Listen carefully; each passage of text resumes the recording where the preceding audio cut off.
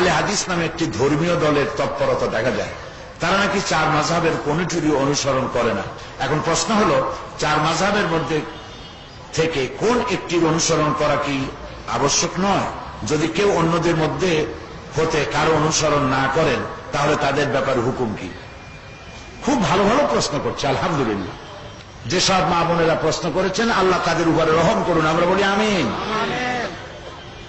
আহলে হাদিসে তারা আমাদের মতই মুসলমান।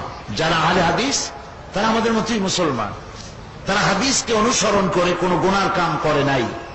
আর যারা মাযহাব অনুসরণ করছে, তারাও মাযহাব অনুসরণ করে কোনো গুনার কাজ করে নাই। আহলে হাদিসের অনুসরণ করে যারা নামাজ, রোজা ইত্যাদি ঈমান আকীদা যেভাবে পোষণ করছে, ওটা সবটাই ঠিক আছে।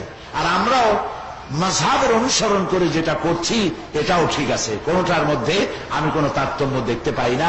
আমলের দিক থেকে কিছু পরিবর্তন, হয়তো ওরা একটা করতেছে, আমরা আর একটা করতেছি না, এইরকম। কিন্তু ফরজের ব্যাপারে এই ব্যতিক্রম হচ্ছে না। যেমন তারা হাত বাঁধে বুকে, আমরা বাঁধি নাভিতে।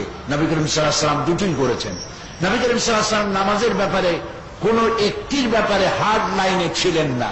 তিনি কখনো হাত বুকে বেঁধেছেন, কখনো নাভিতে বেঁধেছেন, কখনো হাত ছেড়েও দিয়েছেন। হাত ছেড়েও নামাজ পড়েছেন, বান্দিনি নেই।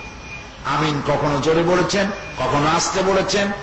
সুতরাং আহলে হাদিস ভাইরা যারা করছেন, এ সবটা হাদিস সম্মত, একটাও হাদিসের বাইরে নয়।